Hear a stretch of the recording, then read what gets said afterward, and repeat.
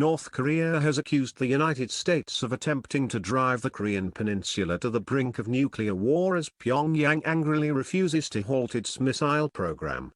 A defiant North Korea furiously responded to the UN decision to strengthen sanctions on its export revenues by attacking the US and its supporters on multiple fronts.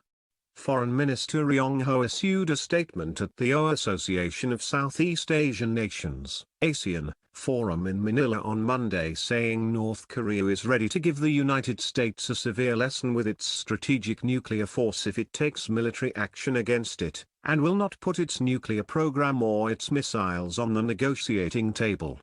He described the new UN sanctions as being fabricated, adding, "We will under no circumstances put the nukes and ballistic rockets on their negotiating table." Early Tuesday morning, North Korea released a statement via its permanent mission to the United Nations calling the United States frenzied and desperate. The statement said the US is trying to drive the situation of the Korean peninsula to the brink of nuclear war, running amok to conduct missile drill against the DPRK, North Korea, and deploying massive strategic equipment to the peninsula.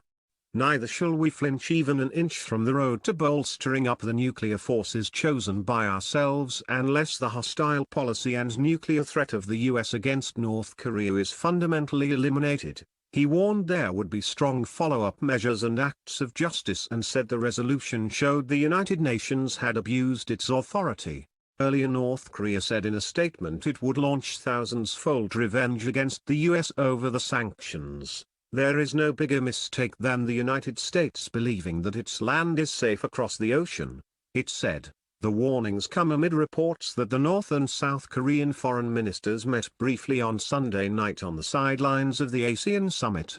South Korean news agency Yonhap Media reported that its foreign minister, Kang Kyung-hwa, shook hands with her North Korean counterpart, Mr. Ho, in a brief and impromptu meeting at an official dinner. A South Korean official told the BBC that Mr. Ri dismissed Ms. Kang's offer of talks as insincere. The new UN sanctions targeting mining and seafood exports, as well as banking and finance partnerships, are expected to cost North Korea a third of its $3 billion (3.8 billion Australian dollars) revenue. Wang Yi, foreign minister of Pyongyang's closest ally China, told reporters on Monday that Beijing 100% committed to enforcing the latest round of UN sanctions.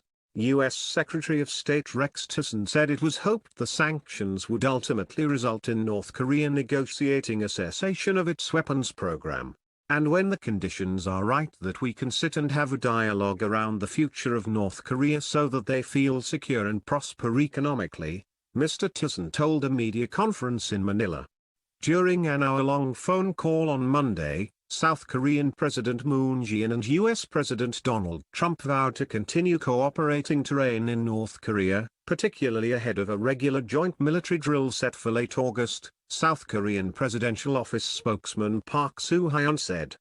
Mr. Moon was also cited as saying there was a need to show North Korea dialogue is still open, should Pyongyang give up its nuclear program. In a separate statement, the White House said the two leaders affirmed that North Korea poses a grave and growing direct threat to the United States, South Korea, and Japan, as well as to most countries around the world. The leaders committed to fully implement all relevant resolutions and to urge the international community to do so as well, the White House said. Trump tweeted that he was very happy and impressed with 15-0 United Nations vote on the sanctions. North Korea has accused the US and South Korea of escalating tensions by conducting military drills.